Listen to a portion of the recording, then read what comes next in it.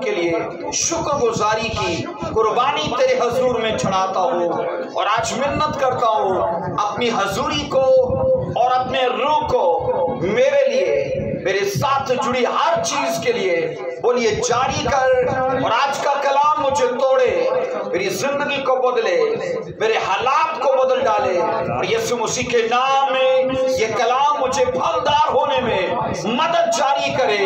यीशु मसीह के नाम में आज का कलाम जो मैं सुनने जा रहा हूँ मुझे ऐसी तौफीक जारी हो कि मैं 100 का 100 गुना फल पैदा कर पाऊं यीशु मसीह के कादर नाम में। सब मिलकर बोलिए आमीन आमीन।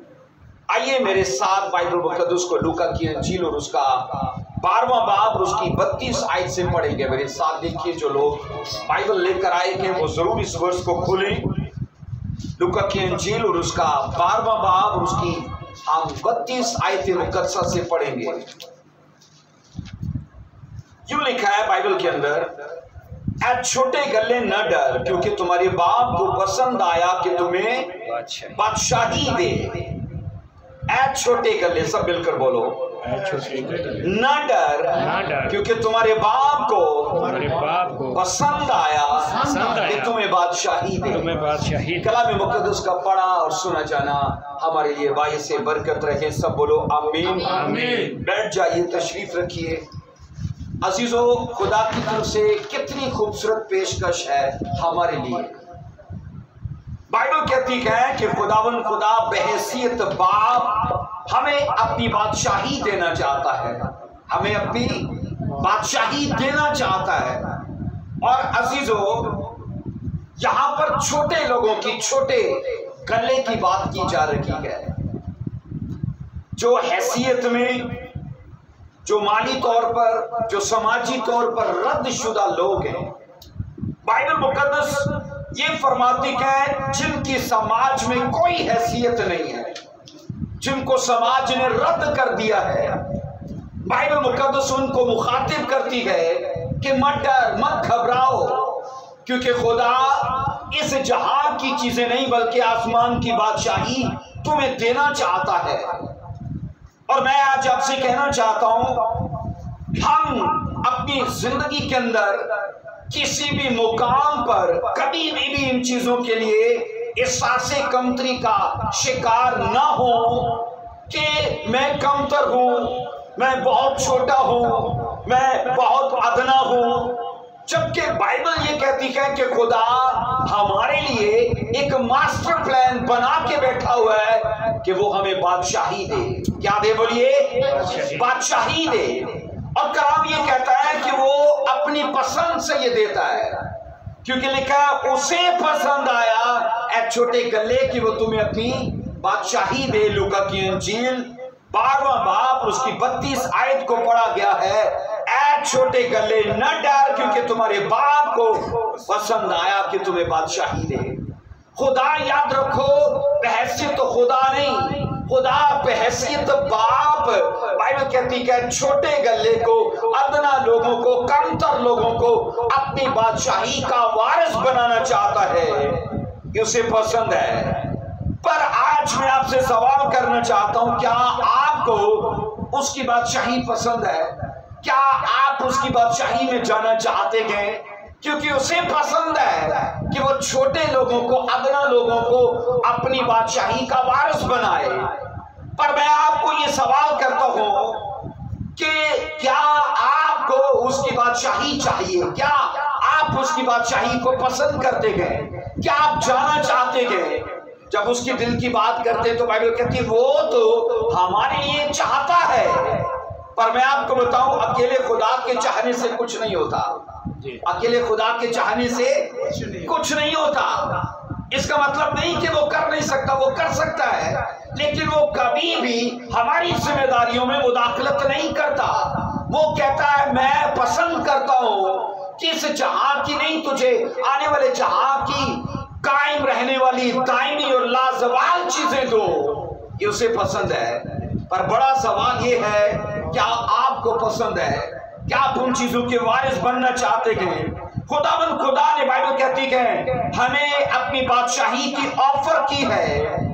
और बाइबल कहती है ये हम पर डिपेंड करता है, हम उसकी ऑफर को कबूल करें कि या उसे रद्द कर दें, ये हम पर मुनस्सर है।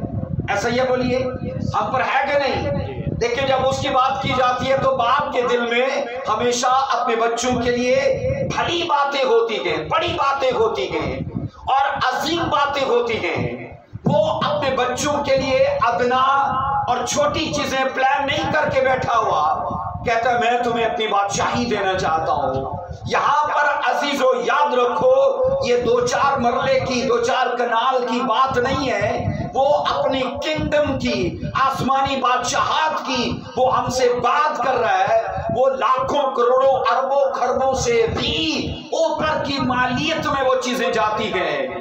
आमीन, आमीन। इसलिए मैं ये कहता हूं कि खुदावन खुदा हमें आसमानी चीजों के लिए ऑफर करता है और उन चीजों को बाइबल कहती है कि वो हमें जबरदस्ती नहीं देता कि ये तुम्हें लेनी ही लेनी है, इसके अलावा कोई और चारा ही नहीं है।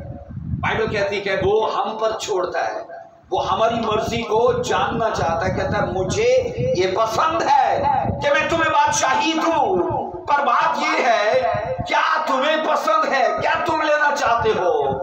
और यहां पर सुनो, वो चाहता है कि हम अपनी फेले मुख्तारी से, वो जो फैसला करने की, वो सिफ्त जो उसने इंतखाब करने की हमारे अंदर रखी है, वो चाहता है हम फेले मुख्तारी को इस्तेमाल करें और कहें इस जहां का कुछ नहीं चाहिए पर वहां का हमें सब कुछ चाहिए।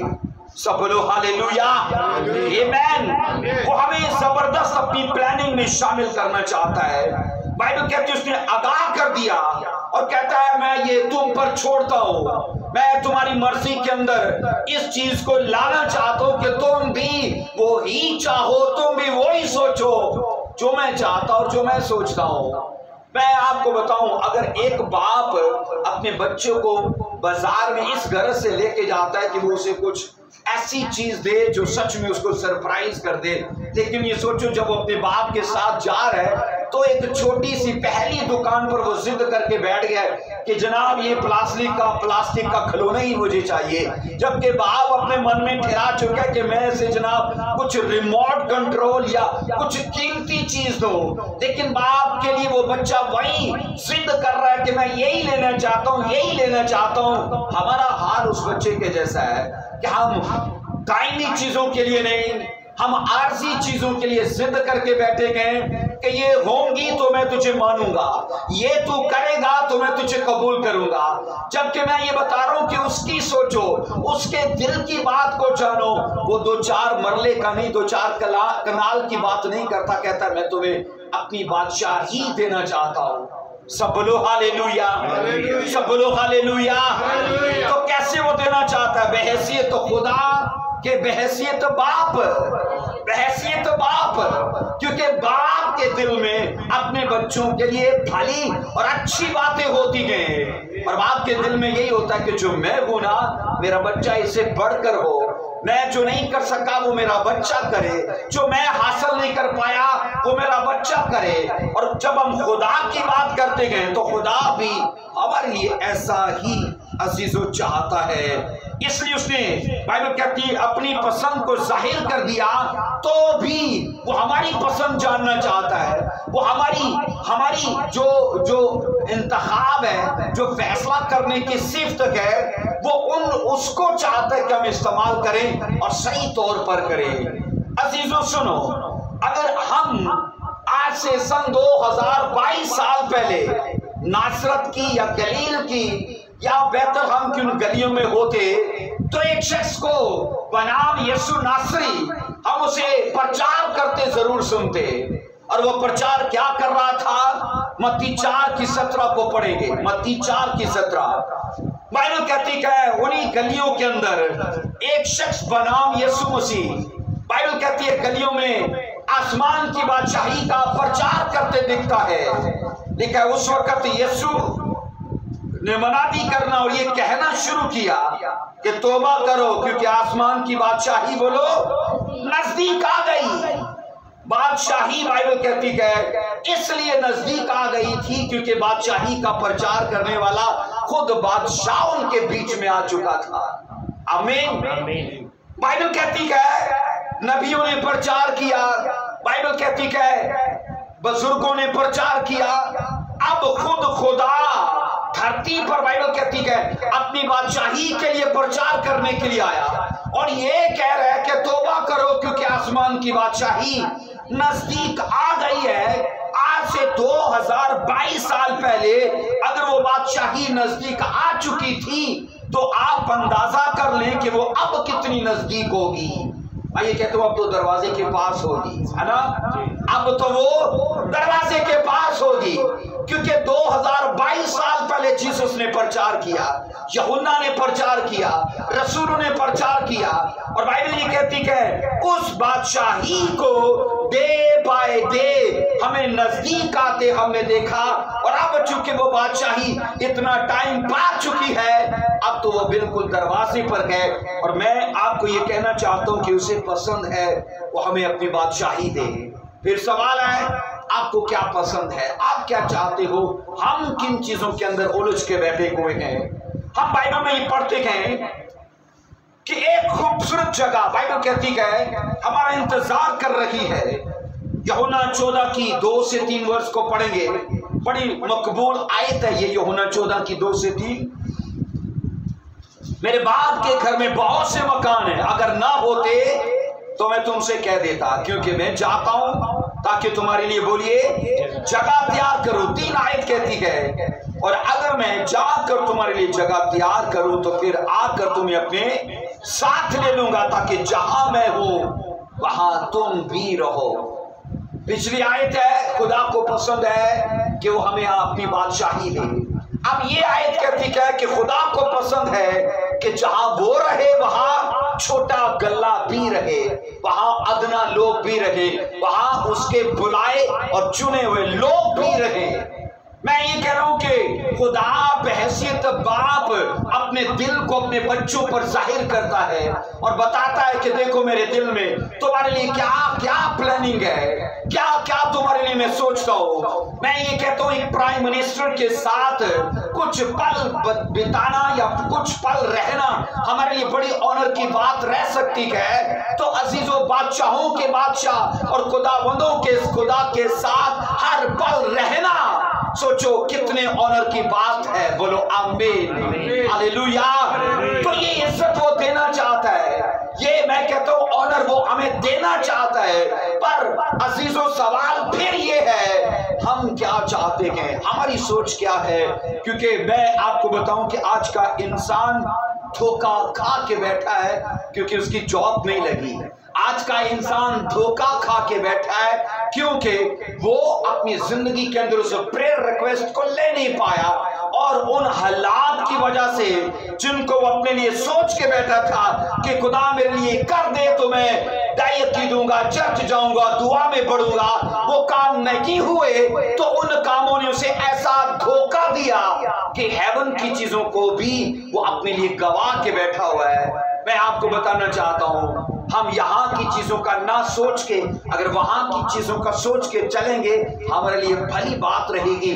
आप ये सोचो मूसा ने बाइबल कहती है आसमान की चीजों के लिए क्या कुछ छोड़ दिया, वो सब छोड़ दिया जिसके लिए आज हम लड़ते हैं मुझे ये चाहिए मुझे वो चाहिए और हम मसीह को छोड़ के चले जाते कि उसने ये सब चीजें छोड़ दी थी क्योंकि बाइबल कहती है उसकी निगाह कहां पर थी, अजर पाने पर। अजर यही था जो आज यीशु मसीह ने हमें बताया कि देखो मैं जाता हूं ताकि तुम्हारे लिए जगह तैयार करो। खुदाबाद की बादशाही को बाइबल कहती है एक ऐसी खुशहाल सरजमीन के साथ तशबीह दी गई है जिस पर मकान ही मकान है, घर ही घर है, एक नहीं है। आपका घर अलग है, आपका घर अलग है, आपका अलग है, हम सब का बाइबल कहती है अलग अलग घर है क्योंकि बाइबल कहती है मैं चाहता हूं ताकि तुम्हारे लिए जगह तैयार करूं। मेरे बाप के घर में कितने एक बहुत से मकान हैं, वो हमारे बाइबल कहती है यहाँ की वफादारी और दयानतदारी को खातर में रखते हुए हर किसी को अलग तरह का अजर देना चाहता है, अलग किस्म का। हमारी अगर छोटी या वफादारी कम है तो भी घर है लेकिन शायद वो उस महल से कमतर हो, और वो महल वो जिसने मसीह के साथ जान देने तक वफादारी की हो, तो सोचो उसका घर बेहतरीन और आला शान हो सकता है। बाइबल ये कहती है मसीह खुदावंद का जमीन पर आना, बाइबल कहती है फायदेमंद था, बोलो आमीन। और मसीह का आसमान पर जाना भी बोलिए फायदेमंद है, क्योंकि जमीन पर आकर उसने बादशाही का प्रचार किया और आसमान पर जाकर उसने अपनी बादशाही के अंदर हमारे लिए जगह तैयार करना शुरू की, हमारे घरों को तामीर करना शुरू किया। हम यहाँ का प्लॉट, यहाँ का घर और यहाँ की चीजों के साथ दिल लगा कर बैठे गए। बाइबल कहती है ये भी उसकी बरकत है, लेकिन सवाल ये है क्या हमारा मन इसी बरकत में है, क्या उस बरकत में नहीं है जो आसमान पर है? तो वहां का अगर हमारा घर तैयार हो रहा है तो बाइबल कहती है उसके लिए जरूरी है कि हम भी अपनी तवज्जो, अपना ध्यान और अपने लगन को जाहिर करें कि खुदा मैं ये चाहता हूं। सब हाथ उठाकर बोलो आमीन, हालेलुया। जिस बादशाही की मैंने कहा खुदा बात करता है और हमें देना चाहता है, उसके मुतालिक बाइबल मुकद्दस याद रखो बताती है कि उसमें अलग अलग सुकूनत गाहे गए और बाइबल कहती वहां अलग अलग सबके मकान गए। और बाइबल ये भी कहती है कि अलग अलग अजर या सुकूनत गाहे या घर देने का प्लान इसलिए है कि वो इंफरादियत जो मेरी है, वो इंफरादियत जो आपकी है, उसे वहां उसी तरह से कायम रखा जाए। सब बोलो आमीन। बाइबल क्या कहती है कि तुम्हारी इंफरादियत को वहां पर कायम रखा जाएगा। अब इंफरादियत इसलिए कायम उसी हालत में रखी गई है क्योंकि अगर कोई ज्यादा वफादारी में है तो कोई कम वफादारी में है, तो हर किसी को उसके लेवल के हिसाब से उसकी इंफरादियत को वहां अजर के साथ कायम किया जाएगा। इसलिए कलाम ये कहता है कि बहुत सी सुकूनत गाहें हैं अजीजों आसमान की बादशाही में। हमारा अजर बाइबल कहती है सालों की मयार या सालों की मुद्दत के हिसाब से नहीं है। बाइबल कहती है वहां पर हमारी मिरास और हमारा अजर दायमी है। आमीन। 2 साल की बात नहीं है, 4 साल की बात नहीं है, 50 साल की 100 साल की बात नहीं है। उस अजर की कोई मयाद और कोई मुद्दत नहीं है। कलाम ये कहता है वो सदा उसके लोगों के साथ रहेगी। क्या आप परमानेंट बादशाही के लिए तैयार हैं? बोलिए आमीन। क्या आप परमानेंट चीजों के लिए तैयार हैं? क्या आप चाहते हैं कि खुदा की पसंद का आप भी हिस्सेदार बन पाए? वो ये चाहता है आज छोटे गले मत डर, मैं तुम्हें बादशाही देना चाहता हूं क्योंकि बाप को पसंद है। हालेलुया, सब लोग हालेलुया। आसमान की बादशाही की दावत बाइबल कहती है हर खासो आम के लिए है। इसलिए तो बाइबल बताती है कि वहां पर बहुत से मकान हैं। हर खासो आम मतलब किसी कौम, किसी कबीले, किसी उम्मत से ताल्लुक क्यों ना हो, बाइबल उसको प्रचार करती है। और बाइबल ये कहती तौबा कर, रिपेंट कर, अपनी लाइफ को चेंज कर, क्योंकि ये चीजें तुझे रोक सकती हैं। आसमान की बादशाही में तू ना जा पाए, ये चीजें तुझे रोक सकती हैं। लेकिन अगर तू तौबा करे, उन चीजों को छोड़ दे, तो आसमान की बादशाही तेरा इंतजार कर रही है। सब लोग हालेलुया। इसलिए यीशु मसीह की हम सब के लिए ये दिली आरज़ू है कि जहां आसमानी बाप है हम उसके साथ रहें, हम उसकी कुर्बत को एंजॉय करें, हम उसके ग्रेस को, उसके जलाल को, और मैं कहता हूं उसकी तजल्ली को, उस रोशनी को अपनी जिंदगी में हर वक्त कायम और दायम देखें अगर हम उसके साथ रहे। तो मसीह खुदावन ने आसमान की मुबारक हाली हमारे सामने रखी है और ये बताया कि तुम्हारी आखिरी मंजिल आसमान की बादशाही होनी चाहिए क्योंकि मैं तुम्हारे लिए ये प्लान कर चुका हूं। सब बोलो हालेलुया। मसीह खुदावन की आसमान की बादशाही बाइबल कहती है इस जहां की नहीं है, क्योंकि कईयों ने सवाल किया था और कईयों ने सवाल करके मसीह से इसका जवाब भी पाया। यूहन्ना 18:36 को पढ़ेंगे। यूहन्ना 18:36 को देखिएगा। यीशु ने जवाब दिया कि मेरी बादशाही इस दुनिया की नहीं है। अगर मेरी बादशाही इस दुनिया की होती तो मेरे खादम लड़ते ताकि मैं यहूदियों के हवाले ना किया जाता, मगर अब मेरी बादशाही यहां की नहीं। हम बाइबल में दो चीजें देखते हैं, जमीन की बादशाही और आसमान की बादशाही।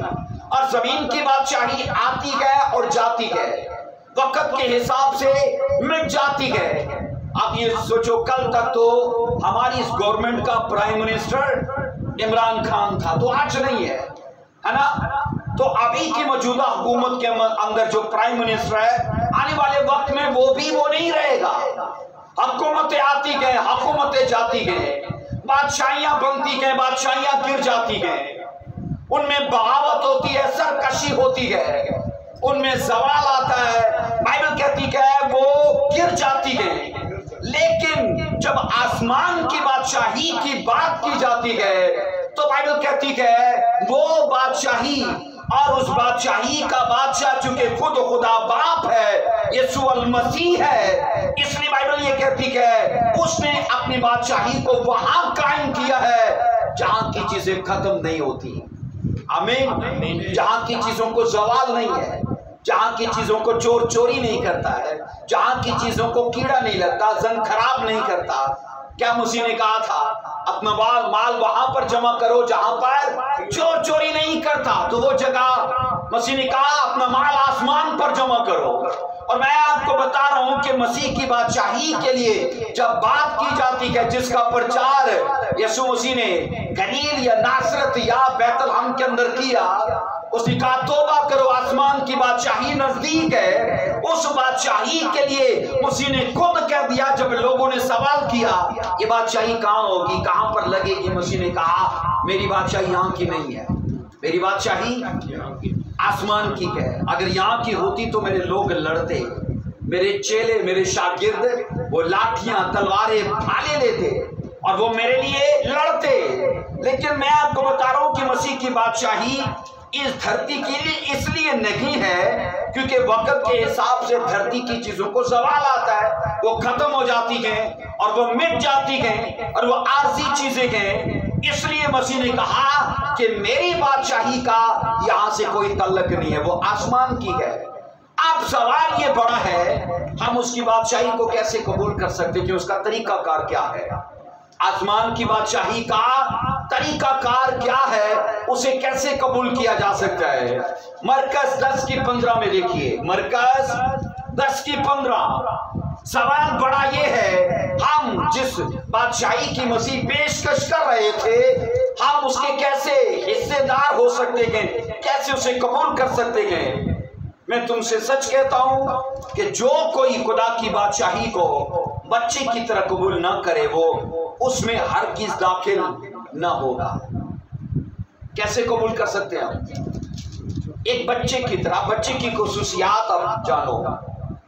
बाइबल कहती है बड़ों को आसमान की बादशाही में दाखिल होने से इसलिए रोका जा रहा है कि पहले तुम बच्चे की तरह बन जाओ, पहले तुम बच्चे की तरह बन जाओ। अब बच्चों की तरह मतलब क्या है? बच्चे हलीम होते गए। क्या होते हैं बोलिए? हलीम होते गए। बाइबल कहती है बच्चे साफ दिल होते गए। बाइबल बताती है बच्चे माफ करने वाले और बच्चे भूल जाने वाले होते गए। बच्चों के अंदर मिलनसार स्पिरिट होती है, वो एकदम से सब चीजों को भूल जाते गए।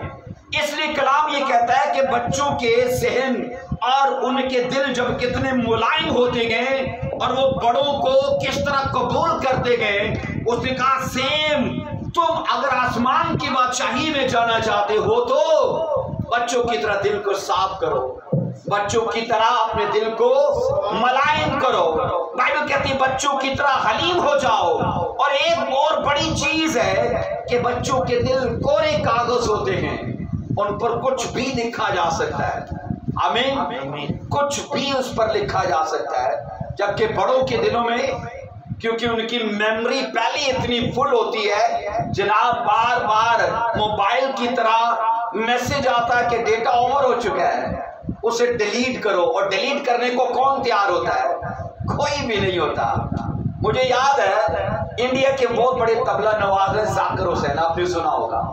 वो आमतौर पर किसी को शागिर्द नहीं करते, और एक आदमी ने बहुत सी सिफारिशें करवाई और उनको कहा कि मैं आपका शागिर्द होना चाहता हूं और आपसे सीखना चाहता हूं। और ये भी उनको जाकिर हुसैन को बताया गया कि इसको काफी तबला पहले से आता है, और उसकी ट्यूशन फीस पता है कितनी मुकर्रर हुई? 2 लाख मंथली, 2 लाख मंथली।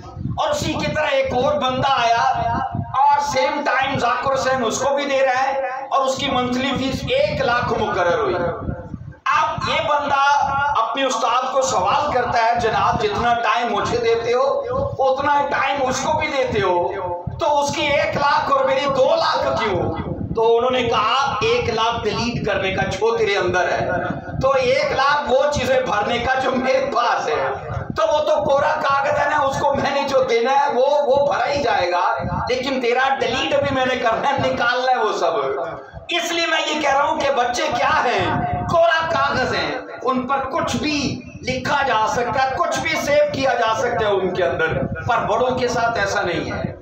इसलिए मैं ये कह रहा हूं, बाइबल ये कहती है। दूसरी चीज ये है कि बच्चे हमेशा निगरानी को तस्लीम करते हैं कि नहीं करते? आज अगर यहां से बच्चों को उठाकर नीचे छोड़ दिया जाए कि जी ये संडे स्कूल की तुम्हारी टीचर है, जो ये कहेगी तुमने मानना है, तो बच्चे करते हैं। बच्चे हमेशा दूसरों की निगरानी को कबूल करते हैं। हमारे साथ ये नहीं होता, हम तो हर जगह खुद ही निगरान बनना चाहते हैं, क्योंकि चौधरानी की जो स्पिरिट है ना, वो नहीं निकलती हमारे अंदर से। अब बाइबल ये कहती है अगर तुम आसमान की बादशाही को कबूल करना चाहते हो तो बच्चों की तरह बनो, बच्चों की तरह। अजीजों, बाइबल कहती है आसमान की बादशाही की, अब सुनो खुसूसियत क्या है। पहली चीज उसको कबूल करने का तरीका क्या है, दूसरी चीज आसमान की बादशाही की खुसूसियत क्या है। लूका 1:33 को बहनशाजी ऊंची आवाज में पढ़िए। लूका 1:33 को पढ़िए। पहला चैप्टर उसकी 33 वर्ष को देखेंगे। लिखा है अब याकूब के घराने पर अबद तक बादशाही करेगा और उसकी बादशाही का आखिर ना होगा। उसकी बादशाही का बोलिए, ये उसकी बादशाही की खसूसियत है।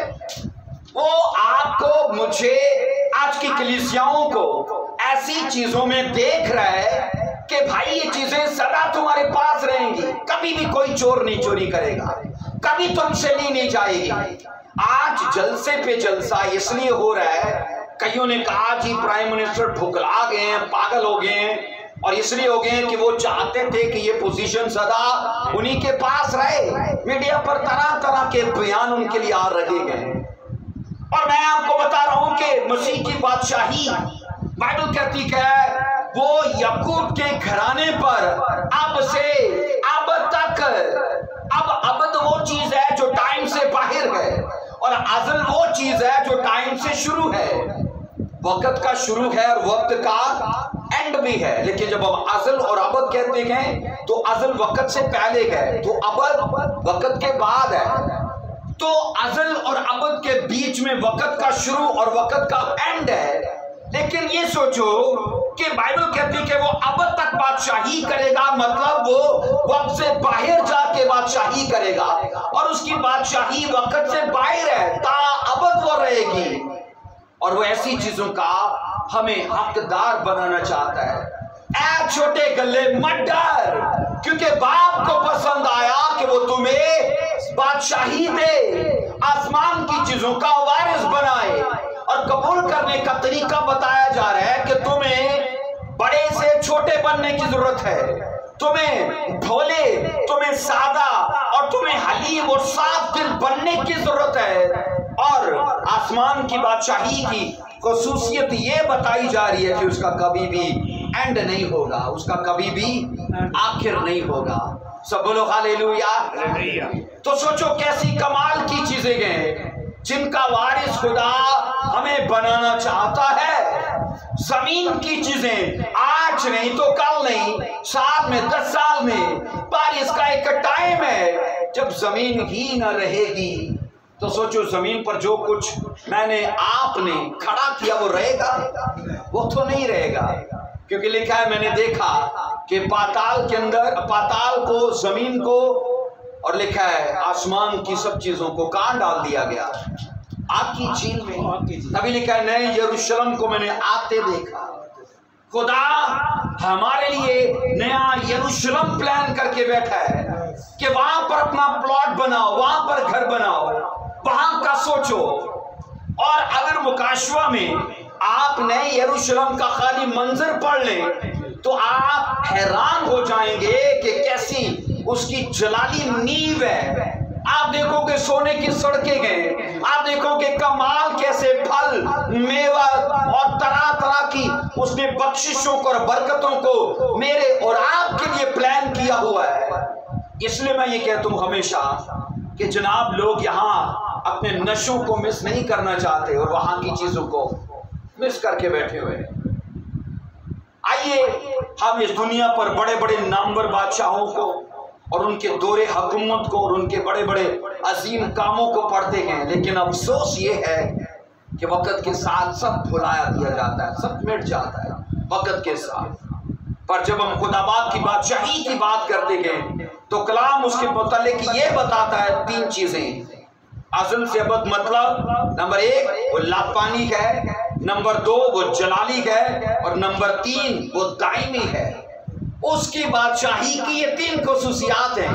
लाजवाल बाइबल कहती है, गैर फानी मतलब नंबर 2 है जलाली, नंबर 3 दायमी हमेशा रहने वाली।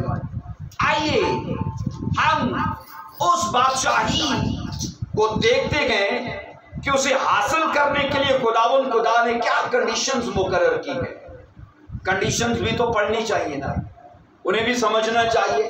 आओ पढ़िए मेरे साथ, पहला कुरिन्थियों 6:9 पढ़ेंगे कि आसमान की बादशाही को पा लेने के लिए, उसके वारिस बनने के लिए क्या कंडीशंस ठहराई गई है, किन शराइत पर वो मुश्तमिल है। आइए पढ़ेंगे पहला कुरिन्थियों 6:9 को। क्या तुम नहीं जानते? नंबर 1 बदकार खुदा की बादशाही के बोलो वारिस न होंगे। तो पहली कंडीशन क्या है कि बदकार आसमान की बादशाही के वारिस न होंगे। उसने पेशकश पहला कुरिन्थियों 6:9 को, 6:9 आए। आसमान की बादशाही की वो बात तो करता है, वो देना भी चाहता है। अफादियत और उसकी खसूसियत को भी बयान किया गया, पर उसकी कंडीशंस को भी मेंशन किया गया है कि अगर तुम चाहते हो कि वहां के वारिस बनो तो नंबर 1 काम क्या करना पड़ेगा? बदकारी से इनकार करना पड़ेगा, बदकारी को छोड़ना पड़ेगा। उसके बाद क्योंकि लिखा है बदकार लोग आसमान की बादशाही के वारिस न होंगे। आगे लिखा है फरेब ना खाओ। नंबर 2 हरामकार खुदा की बादशाही के वारिस न होंगे। अब बदकार और हरामकार इनमें क्या डिफरेंस है? जब अलग डिफरेंस तो है इनमें, क्योंकि अगर ये एक ही हालत होती तो फिर इनको 2 जगह लिखने की क्या जरूरत थी? बदकार आसमान की बादशाही में दाखिल नहीं होंगे, और देखा है हरामकार आसमान की बादशाही में दाखिल नहीं होंगे। अब बदकार वो हैं जो शादी के बाद भी ज़नाकारी करते गए, हरामकार वो हैं जो शादी से, मैरिड लाइफ से पहले भी इस बदफेल में पाए जाते गए। शादी से पहले भी ज़नाकारी चल रही है, तब वो क्या है? हरामकार। और शादी के बाद भी उनको बाहर का खाना पसंद है, वो बाहर मुंह मारते हैं। तो बाइबल क्या कहती है? इस जुमरे में वो ज़नाकारी के, वो बदकारी के मुर्तकिब हैं। इसलिए लिखा है ये लोग कभी भी आसमान की बादशाही के वारिस नहीं होंगे। तो ये कंडीशंस हैं। आगे लिखा है ना बुत परस्त, ना ज़नाकार, ना अयाश, ना लोंडेबाज।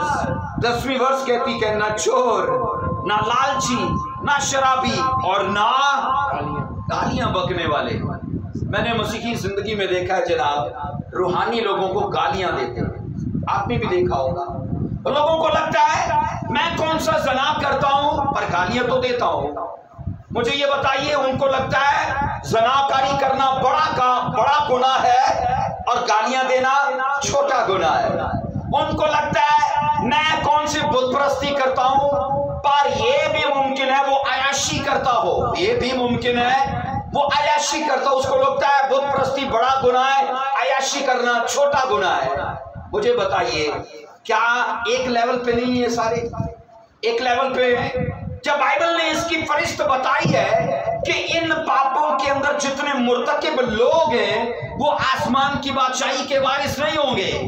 अगर वो लोंडेबाज है, जिसको बाइबल लूती कहती है पुराने नामा में, अगर उसे चोरी करने की आदत है, अगर वो लालच भी करता है, अगर वो कभी कभी या रेगुलर पेक मारता है, शराब पीता है, बाइबल कहती है वो कितने भी चर्च का, बड़े चर्च का मेंबर क्यों ना हो, वो कितना भी बड़ा हदिया क्यों ना डालता हो, वो चर्च में किसी भी बड़ी पोजीशन पे क्यों ना हो, बाइबल क्या कहती है वो उस बादशाही में जिसका प्रचार आज से 2022 साल पहले जीसस ने बैतलहम की गलियों में, मैंने कहा नासरत की गलियों में, मैंने कहा गलील की गलियों में किया, उसमें वो कभी भी हिस्सेदार नहीं हो पाएंगे। बोलो हाँ के ना, ऐसा ये बोलिए। सो हम ये पढ़ते हैं कि इन गुनाहों की मौजूदगी किसी भी मसीही को आसमान की बादशाही से महरूम कर सकती है। कईयों की मैंने देखा है जनाब, घर में भी मार्केट वाली जुबान होती है।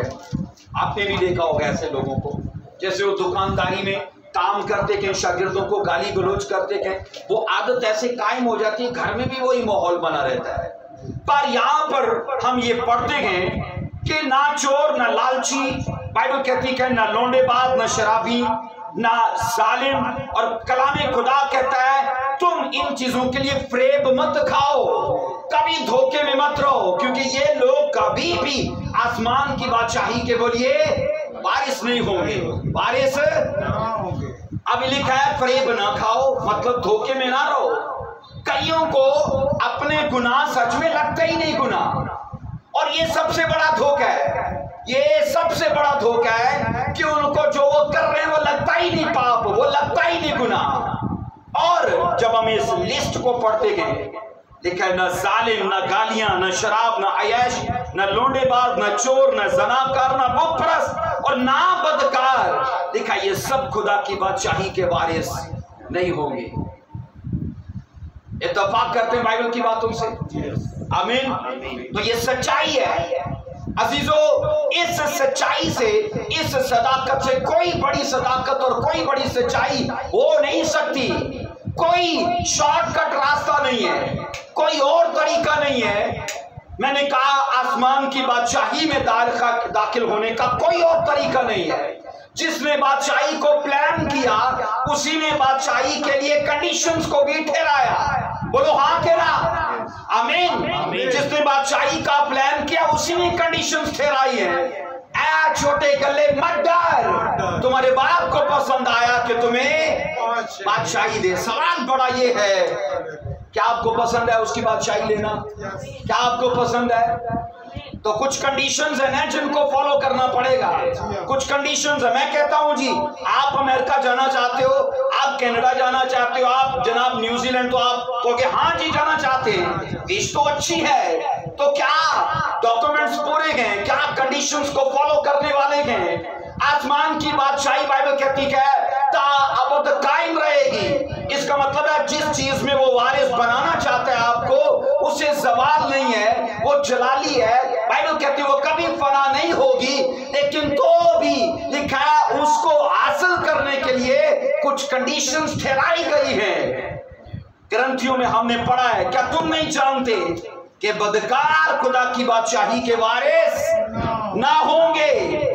और लिखा है फरेब न खाओ, अपने आप को धोखे में मत रखो कि जो मैं कर रहा हूं इससे मुझे कुछ फर्क नहीं पड़ रहा। दुआ तो मैं कर रहा हूं, चर्च भी जा रहा हूं, यकीन होता हूं, सब कर रहा हूं, लेकिन बाइबल कहती है फरेब है ये, इसमें धोखे में मत रहो। और अजीजों, इन गुनाहों के होते हुए बाइबल कहती है लोग मसीही तो हो सकते हैं पर हकीकी बादशाही के वारिस नहीं हो सकते। मैं कह रहा हूं ये जो लिस्ट बताई गई है, कौन सी लिस्ट है? कि बदकार ना हो, हरामकार ना हो, ना बुतप्रस्त हो, ना जनाबकार हो, ना अयाशी कर, ना लोंडेबाज हो, ना चोरी कर, ना लालची हो, ना शराबी हो, ना गालियां बकने वाले हो, ना जुल्म करने वाले हो। इन सब बातों के होने के बावजूद मैंने कहा हम मसीही तो हो सकते हैं, पर आसमान की बादशाही के वारिस नहीं हो सकते। ये बिल्कुल बिल्कुल वाज़िया बात है, इसमें धोखे में नहीं रहने की बात। इसलिए इस फरिश्ते का कोई एक गुनाह किसी मसीही को जहन्नम में दाखिल करने की पूरी पूरी ताकत रखता है, पूरी पूरी। मत ये सोचो कि जनाब मैं कौन सी शराब पीता हूं पर यह मुमकिन है आप गालियां देते हो। आप मत ये सोचो कि मैं जनाब कौन सी मैं बुत परस्ती करता हूं पर यह भी मुमकिन है हम लालच रखते हो, क्योंकि इस लिस्ट में ये इक्वल है, सारे एक दर्जे के गए। और बाइबल ये कहती है इनमें से कोई एक भी तुम्हारे जीवन में हुआ तो ये तुम्हें आसमान की बादशाही में जाने से रोक देगा। तो अजीजों, मैं ये कह चुका हूं कि लोग क्यों अपने आप को धोखे में रखते गए कि चर्च जाने के बावजूद वो इन्हीं ही कामों के अंदर पाए जाते हैं। तो ये धोखा है सबसे बड़ा, क्योंकि जाना तो आसमान की बादशाही में चाहते गए पर काम पूरे के पूरे नर्क के लोगों के जैसे हैं। हमने क्या मरकजी आयत पढ़ी गए, ऐ छोटे गले मत डर क्योंकि तुम्हारे बाप को पसंद आया कि तुम्हें आसमान की बादशाही दे। आपको पसंद है? आपको पसंद है आसमान की बादशाही? ऐसी मिल जाएगी कि मूल्य पे करना पड़ेगा, प्राइस पे करनी पड़ेगी। बाइबल कहती है यहां की चीजें अगर मूल्य मांगती हैं, बगैर वीजे के बगैर पासपोर्ट के जब आप इंग्लैंड नहीं जा सकते, तो मुझे बताओ कैसे मुमकिन है कि हम अपनी इन आदतों के साथ स्वर्ग चले जाएंगे, जब यहाँ की एक कंट्री से दूसरी कंट्री में जाने के लिए हमें मूल्य पे करना पड़ता है, प्राइस पे करनी पड़ती है। तो सेम बाइबल कहती है हेवन की चीजें भी प्राइस मांगती हैं, वो मूल्य मांगती हैं, वो कीमत मांगती हैं हमसे। हाँ, वो पैसा नहीं है, हाँ मैं कहता हूँ वो सोना चांदी नहीं है, पर मूल्य यही है कि चोरी का मन करता है पर चोरी नहीं की, नशे का मन करता है पर नशा नहीं किया। मैं कहता हूँ और चीजों के लिए, बुराई के लिए मन करता है, क्योंकि मन इसलिए करता है कि पुरानी इंसानियत इंसान से मर नहीं जाती, वो पड़ी रहती है नौकर में।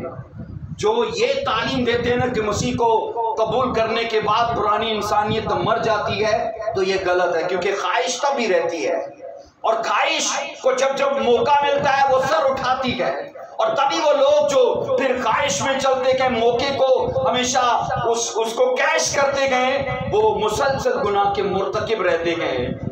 इसलिए मैं आपको बताना चाहता हूं कि लोगों को आज मैं ये कह रहा हूं कि गुनाह नहीं लगता, उनको पाप नहीं लगता।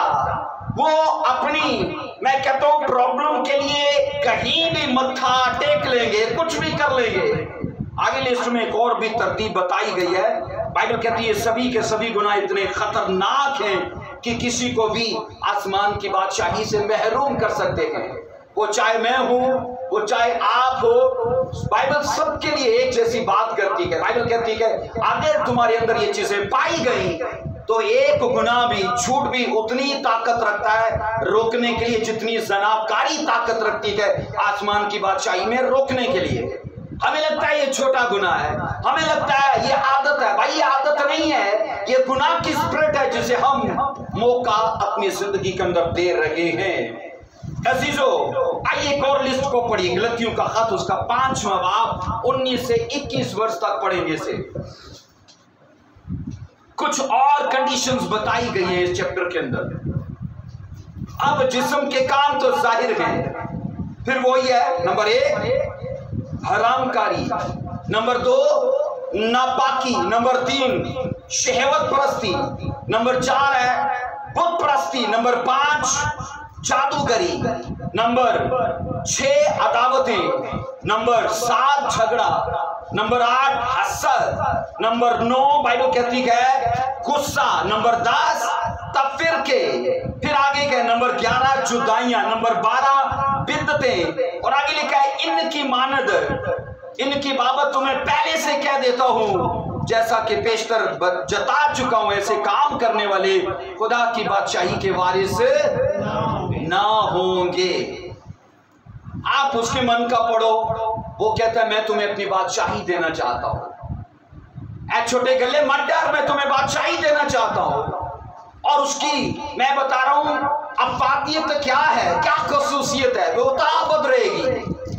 बाइबल कहते हैं याकूब के घराने पर मसीह यीशु अब से अब तक बादशाही करेगा और उन चीजों का वो वारिस बनाना चाहता है जो अबदी हैं। लेकिन ये चीजें मैं आपको दावा करता हूं रोक सकती है, हमें पूरी पूरी ताकत रखती है।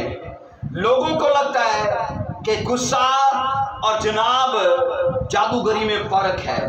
गुस्सा कर लेना चाहिए, हाँ गुस्सा कर लेना चाहिए, मगर गुनाह नहीं करना चाहिए। गुस्से करने से बाइबल नहीं रोकती, लेकिन बाइबल गुस्से की एक लिमिट मुकर्रर करती है। क्योंकि वही गुस्सा जब गुनाह होने लगता है, कब होने लगता है? जब वही गुस्सा गालियां की शक्ल अख्तियार कर लेता है। वही गुस्सा जब झगड़े की मार, क्योंकि हमने पिछले हवाले में झगड़ा भी पढ़ा है कि झगड़ा करने वाला कभी आसमान की बादशाही में बाइबल गुस्सा करने से रोकती है? नहीं रोकती, लेकिन गुस्से को पाप बनने से रोकती है। अब गुस्सा पाप कब बनता है? जब वो झगड़े में बदल जाता है, और झगड़े में और उसके बाद फिर बाइबल कहती है गाली गलोच में बदल जाता है। इसलिए अजीजों ये सभी काम मैंने कहा बराबर के हैं। इनमें से हर एक आदत, हर एक गुनाह एक मसीही को उसकी डेस्टिनी तक जाने से रोक सकता है, खुदा के प्लान को उसकी लाइफ में आने से रोक सकता है, हेवन की चीजों को वो हमसे जुदा कर सकता है, अलग कर सकता है। और ये बाइबल नहीं कहती कि रूह के काम है, बाइबल कहती क्या है? ये सब के सब जिस्म के काम है। शेवत प्रस्ती करना, बुत प्रस्ती करना, जादूगरी करना, लोग अपनी प्रॉब्लम्स के बीच में ये सब करते गए। कहीं भी चढ़ावा चढ़ा दिया, कहीं भी मैंने कहा दरबार पर चले गए, कहीं भी जादू तवीज बांध लिया, इसलिए कि उनकी जरूरतें उस वक्त उनके सामने इतनी बड़ी हैं कि वो अपनी जरूरतों के लिए कुछ भी कर देंगे। मैं कहता हूं इन सब चीजों को पाकर अगर कल हम आसमान की बादशाही को खो दें और आग की झील में डाल दें, तो वो चीजें भी तो हमारे साथ ही जाएंगे ना, जिनको जादूगरी से पाया, दरबारों पर जाकर पाया, तो वो भी तो साथ ही जाएंगे। तो इन चीजों को ना पाकर अगर आसमान की बादशाही को पा लिया, तो मैं ये कहता हूं ये बड़ी बरकत की बात है और ये दानाई की बात है। लोग इसी समाज में, इसी धरती पर आप बेवकूफी में, आप धोखे में चलते देखोगे। सारी जिंदगी चर्च जाते हो गया, सारी जिंदगी मैंने कहा बाइबल पढ़ते, सारी जिंदगी दुआ करते गुजर गई, लेकिन बावजूद इसके कि इन चीजों को वो पढ़ रखे गए, अपने आप को उन चीजों के अहल बनाए ही नहीं, क्योंकि वो चीजें कंडीशंस मांगती हैं, शराइत पर मबनी है, असूलों पर मबनी है। और वो ये कहता है कि ये सब काम करने वाले वारिस नहीं होंगे, जबकि वो मरकजी आयत में कहता है मैं तुम्हें देना चाहता हूं, तुम इसमें आओ, शामिल हो। वो 2-4 मरले का प्लॉट नहीं देना चाहता, 2-4 कनाल की जगह नहीं देना चाहता, वो आसमान की बादशाही बाइबल कहती है जहां पर सोने की सड़कें गए, जिसकी बुनियाद बाइबल कहती है 12 पिलर्स पर गए जो रसूलों के नामों से लिखे गए। बाइबल कहती है उसको नाम दिया गया नया यरूशलेम, जो आसमान से उतरते देखा गया। और बाइबल ये भी कहती है कि वहां खुदा का जलाल होगा और जो लोग वहां पर होंगे वो जलाली बदन के अंदर होंगे। हाथ उठाकर बोलो आमीन, हालेलुया। सो रसूल इस बात कि हरगिज़ तालीम नहीं देता कि ऐसे कामों में मुलव्वस इंसान कभी भी निजात नहीं पा सकता। रसूल ये तालीम नहीं देता, पर वो ये जरूर तालीम देता है कि इन कामों में मुलव्वस आदमी हेवन नहीं जा सकता।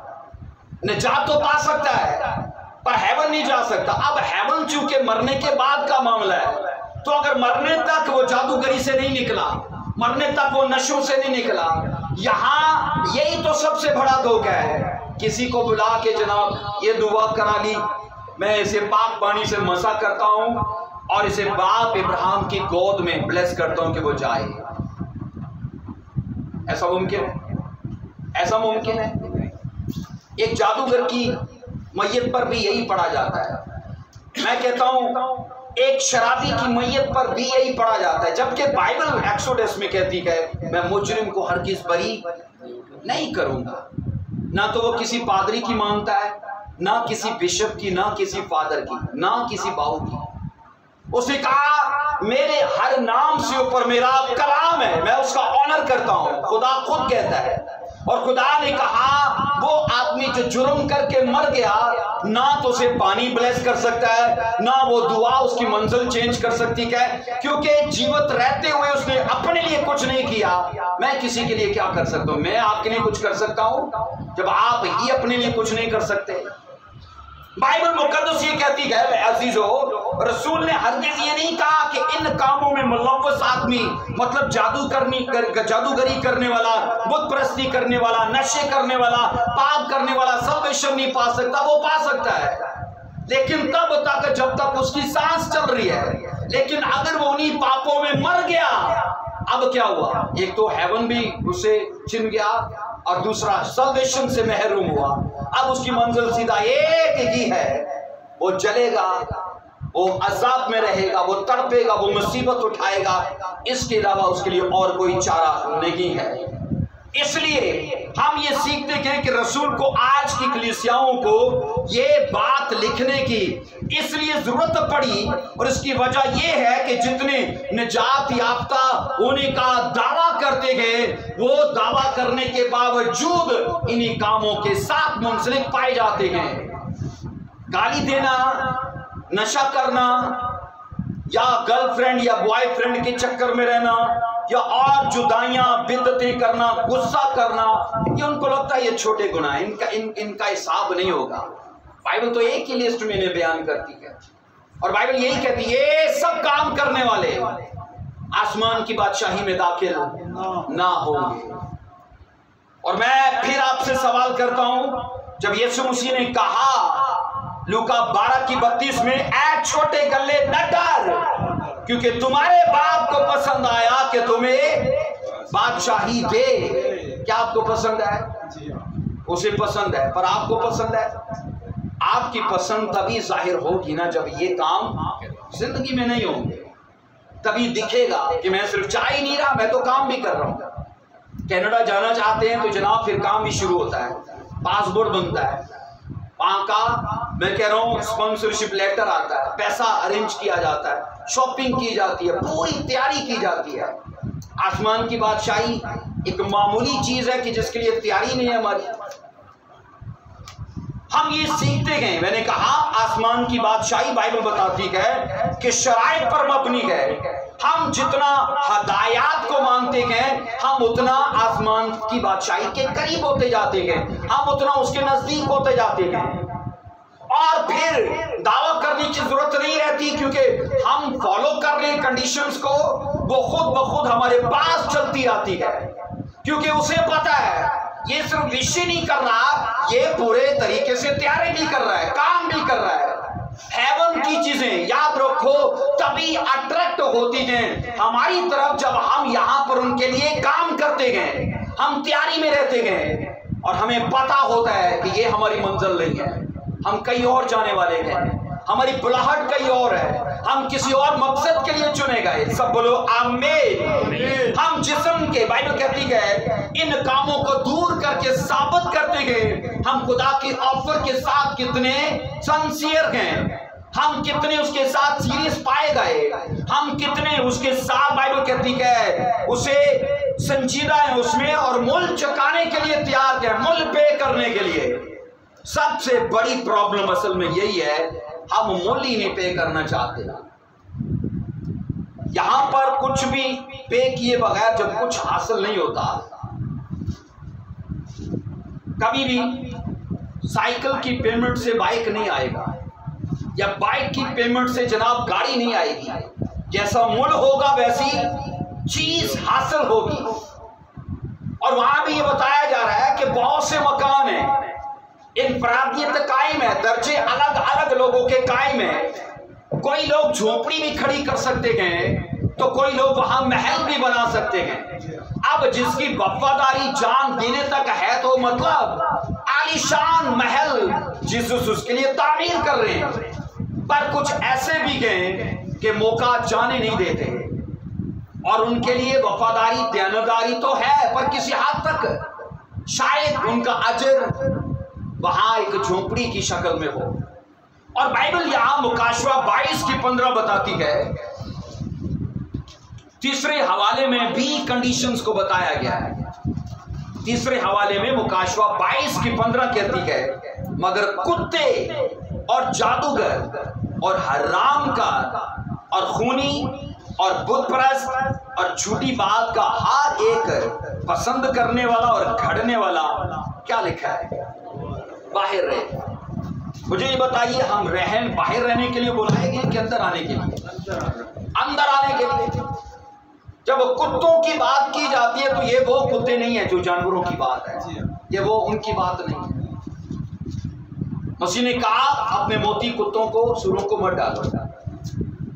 बाइबल मुकद्दस, अगर आप पतरस के खत में कुत्ते का लफ्ज पढ़ते हो ना, तो वहां पर एक चीज बयान की गई है कि जैसे कुत्ता उल्टी करता है और फिर उसे चाट लेता है, असल में ये वो लोग हैं जो कुत्ते की नेचर के हैं, कुत्ते की स्पिरिट के हैं। गुनाह छोड़ा, फिर उसे अपना लिया, रिपीटेड सिन, सारी जिंदगी यही सर्कल चल रहा है।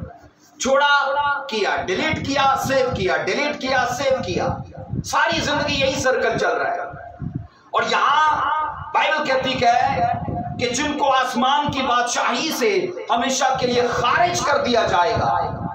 3 हवाले और 3 हवालों के अंदर उन लोगों की फरिश्त दी गई है, उन लोगों के निशान बताए गए कि अगर ये काम तुम्हारी जिंदगी के अंदर हुए तो तुम बाहर रहोगे। अजीजों, सिर्फ अगर आसमान की बादशाही की बात होती तो हमें मालूम ना पड़ता कि कंडीशंस क्या हैं, और हमारे पास एक उज़र और एक बहाना होता कि खुदावन, हम जाना तो चाहते थे, पर तू अगर हमें रोक रहा है कि तुम नहीं जा सकते, तो किस कानून के तहत तू हमें रोक रहा है, कौन सा लॉ है? आपको पता है रोमियो के खत में लिखा है, जहां पर शरीयत नहीं वहां गुनाह महसूब नहीं होता, कि वहां जहां कानून ही नहीं है वहां गुनाह हिसाब में नहीं लाया जाता। हम खुदा को कह सकते थे, मैं जाना चाहता हूं, पर तू किस लॉ के तहत मुझे निकाल रहा है? तो लॉ ये है, 3 हवालों के अंदर हमने वो सारी शराइत को पढ़ा है कि अगर तुम में ये सब हुआ तो तुम्हें बाहर रखा जाएगा, तुम नहीं जा पाओगे, तुम नहीं जा पाओगे। सिर्फ खुदावन खुदा ने, मैंने कहा, आसमान की बादशाही को तरतीब ही नहीं दिया, उसके लिए कंडीशंस भी ठहराई गए। सिर्फ प्लान ही नहीं बनाया, उस पर मैंने कहा कंडीशंस को भी मुकर्रर किया कि अगर तुम कुत्ते हुए, बार बार गुनाह करने वाले और छोड़ने वाले हुए, जादूगर हुए, हरामकार हुए, खूनी हुए, बुतपरस्त, झूठी बात का घड़ने और पसंद करने वाला, और वहां पर लिखा है नाच रंग करने वाला, सब खुदा की बादशाही के वारिस नहीं होंगे। और मैं अफसोस के साथ ये कहता हूं कि ये सब चीजें अगर लोगों के अंदर लाइफ में नहीं है तो भी कुछ ना कुछ है, तो भी कुछ ना कुछ जेलसी, गुस्सा, गाली गलौज। लोगों को लगता है छोटे गुनाह ये बड़े नहीं है, जब एक ही फरिश्ता है कि ये अपने अंदर पूरी ताकत रखता है आसमानी चीजों से तुम्हें महरूम करने की। इसलिए अजीजों, हम जब आज ये सीख रखे हैं, बाइबल कहती है, ऐ छोटे गल्ले न डर, क्योंकि तुम्हारे बाप को पसंद आया कि तुम्हें बादशाही दे। और उसके लिए कबूल करने का तरीका हमने क्या सीखा कि बच्चे की तरह उसे कबूल करो। और बाइबल में उसकी अफादियत क्या बताती है कि ये ताहयात रहेगी। और नंबर 3, बाइबल उसके लिए कंडीशंस क्या ठहराती है कि ये सब ग्रंथियों, गलतियों और फिर मुकाशवा के हमारे सामने हवाले हैं। ये एक कानून है, ये एक डिसिप्लिन है जिसे फॉलो करके हम अपने लिए आसमान की बादशाही को यहां रह के तरतीब देते हैं। सब लोग आमीन। आइए अपने सर झुकाएंगे, अपनी आंखों को बंद करेंगे। Thank you Lord Jesus Christ, hallelujah hallelujah. अजीजों, आइए अपने आप को इस मैसेज के बीच में लाइए। Thank you Lord Jesus. आइए अजीजों, अपने आप को खुदा की इस खुशखबरी के अंदर लाइए कि खुदावन, मैं जाना तो चाहता हूं हेवन में, पर मेरी जिंदगी के अंदर इन 3 फरिश्तों में से कोई ना कोई बात मौजूद है और जिसको मैं जानता हूं, और आज मैं ये सीख चुका हूं कि ये मुझे रोक सकता है, महरूम कर सकता है। खुदा, मैं इसको छोड़ना चाहता हूं, इससे निकलना चाहता हूं, आजाद होना चाहता हूं, मेरी मदद जारी कर। खुदा मुझे हेल्प दे। हमने स्टडी में ये सीखा है कि वो कौमों की हालत कभी नहीं बदलती जो कौमें अपनी हालत बदलना ही नहीं चाहती, क्योंकि अगर वो बदलना चाहती है अपनी हालत तो खुदा मदद जारी करता है। अगर आप अपनी हालत को चेंज करना चाहते हो तो खुदा हेल्प जारी करेगा, पर अगर अभी तक प्लान ही नहीं किया तो वो चीजें जू की तू चलती रहेंगी। कभी भी वक्त के हिसाब से कुछ नहीं बदलता, सब कुछ लड़ के बदलना पड़ता है। आइए दुआ करेंगे, आइए अपने सर झुकाएंगे। Hallelujah, thank you Jesus Christ, hallelujah.